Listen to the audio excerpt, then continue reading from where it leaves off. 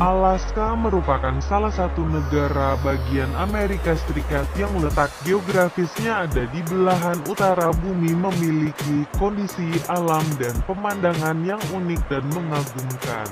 Ada kota yang mempunyai nickname The Salmon Capital of the World, yaitu Ketchikan, yang perekonomian memang berbasis turisme dan penangkapan ikan. Di pertengahan Juli, sungai-sungai Ketchikan dipenuhi ikan salmon yang berlompatan melawan arus sungai yang deras. Tak jarang pada musim salmon, sungai di sini menjadi bau amis. Di Ketchikan banyak sekali dijual salmon kalengan, filet ikan salmon, dan tentu saja salmon segar. Ketchikan selain menyandang predikat kota penghasil ikan salmon terbesar di dunia, kota dengan koleksi patung totem suku Indian terbanyak di dunia, sepertinya juga menjadi kota dengan curah hujan tertinggi di seluruh daratan Amerika. Tidak henti-hentinya hujan mengguyur kota ini sepanjang hari, hanya 2 atau 3 jam mereda, lalu gerimis lagi sepanjang hari. Setiap hari, selain wisata kulinernya, objek wisata terkenal lainnya di Ketchikan adalah The Oak Creek Street, yang merupakan red light district atau daerah prostitusi paling ramai pada tahun 1920-an, sampai akhirnya ditutup secara resmi. Hidup ikan salmon bermula dari air tawar, tepatnya di daerah hulu sungai. Disinilah telur-telur ikan salmon dibuahi hingga menetas dan melahirkan calon-calon ikan salmon baru. Bahkan perjuangan ikan salmon sudah dimulai saat mereka masih di dalam telur. Tidak semua salmon dapat lahir ke dunia ini. Hanya setengah dari total keseluruhan telur saja yang dapat menetas dan menghasilkan salmon-salmon baru. Sedangkan setengahnya lagi yang tidak beruntung harus kembali ke Sang Maha Pencipta. Ikan-ikan salmon yang berhasil menetas akan memulai perjuangan hidup dari sungai dengan memakan plankton. Ikan ini akan menetap sementara beberapa waktu di sungai hingga persediaan makanan yang ada habis. Setelah itu ikan-ikan salmon akan melakukan migrasi secara besar-besaran dan menempuh jarak yang jauh hingga mencapai lautan lepas.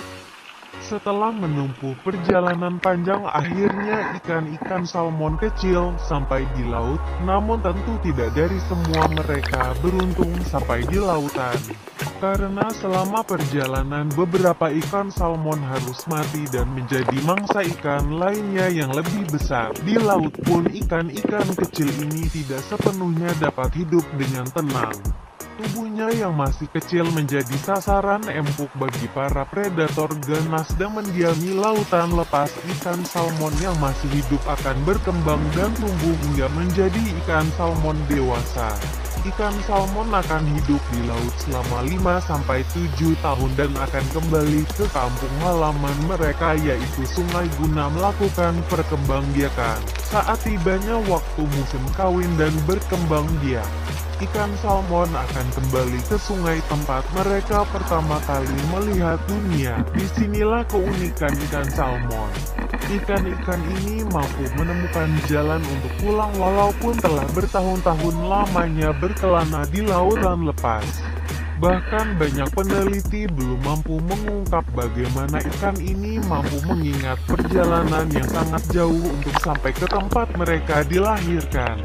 Ikan salmon akan melakukan perjalanan panjang beramai-ramai dalam kelompok besar. Perjalanan pulang ikan salmon justru lebih berat karena ikan-ikan ini harus berpuasa dan hanya mengandalkan cadangan lemak dalam tubuh.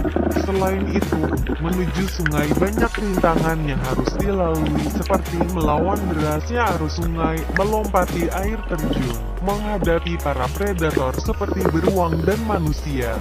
Dengan beratnya rintangan untuk menuju sungai, maka tidak semua salmon dapat sampai di kampung halaman tempat mereka dilahirkan. Beberapa ikan salmon harus mati dan tertangkap oleh predator yang menjadikannya sebagai santapan lezat.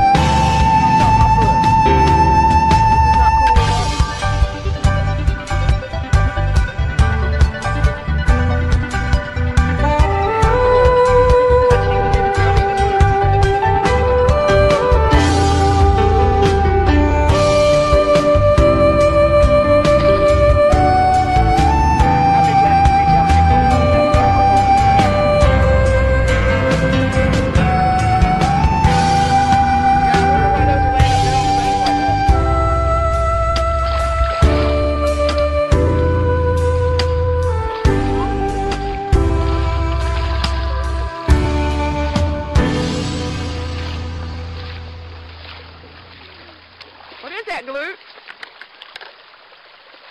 And for some reason we have you laying up here on the bank. So, not sure what the reason they're laying up there. They were there whenever we came up.